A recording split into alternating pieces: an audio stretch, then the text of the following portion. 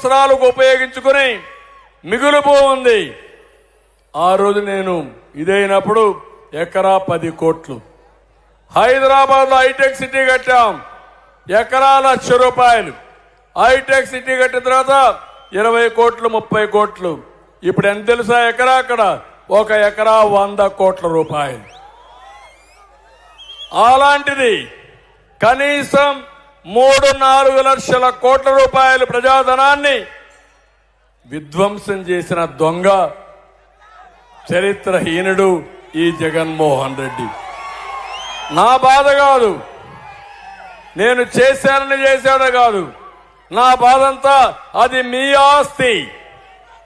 ఒక పక్క సంపదను నాశనం చేసి మీ నెత్తిన 13 లక్షల కోట్ల అప్పు తెచ్చాడు.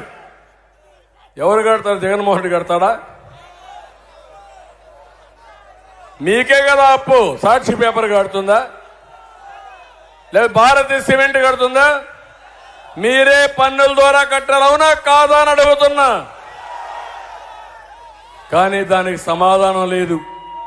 ఇంకో పక్క మీరు చూస్తే పోలవరం, అది రెండో కన్ను ఆంధ్రప్రదేశ్కి. పోలవరం పూర్తయితే అక్కడి నుంచి కాలువలో నీళ్లు తెచ్చుకొస్తే గోదావరి కలుపుతాం, కృష్ణాకి కలుపుతాం.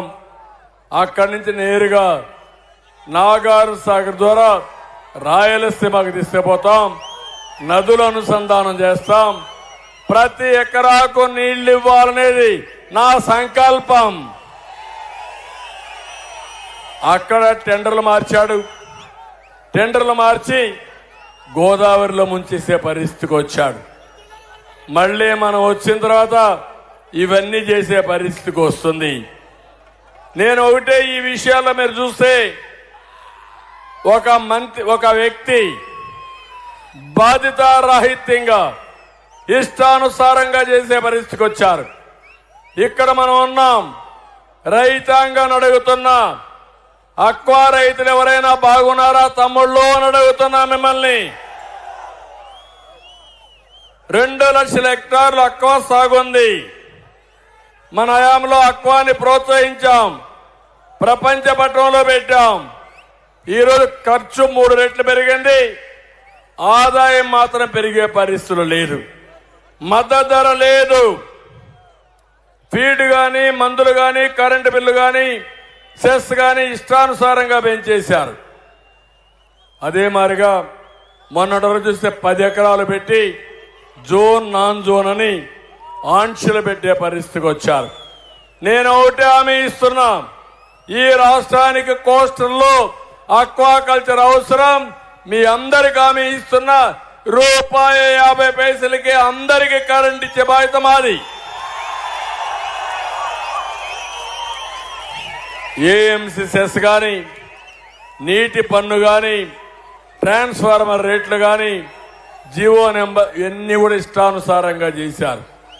కడాన మత్స్యకారుల్ని దెబ్బతీసే విధంగా 217 జీవో తీసుకొచ్చారు.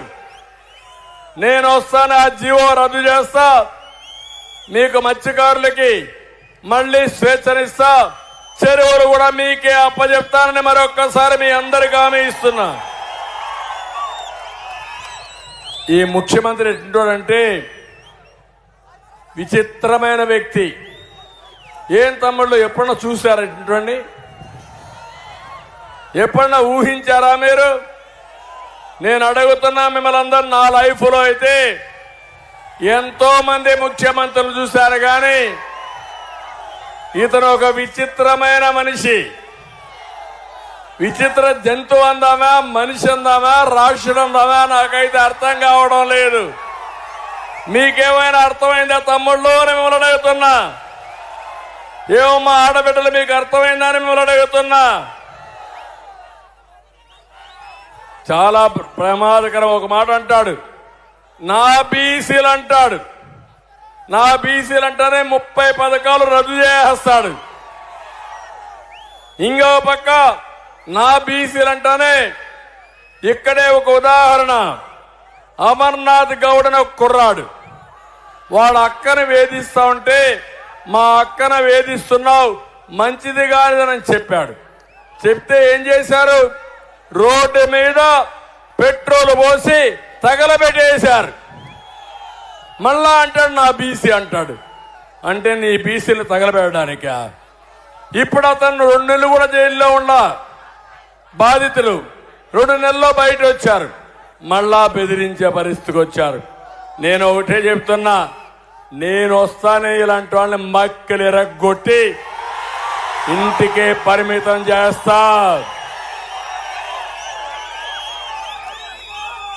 అదే మారిగా బీసీలకు అడుగుతున్న ఒక్క కార్యక్రమం మీకు ఇచ్చాడా తమ్ముళ్ళు అని మిమ్మల్ని అడుగుతున్నా. ₹1 రుణం ఇచ్చాడని మిమ్మల్ని అడుగుతున్నా. ఇంకో పక్క నా ఎస్సీలు అంటాడు.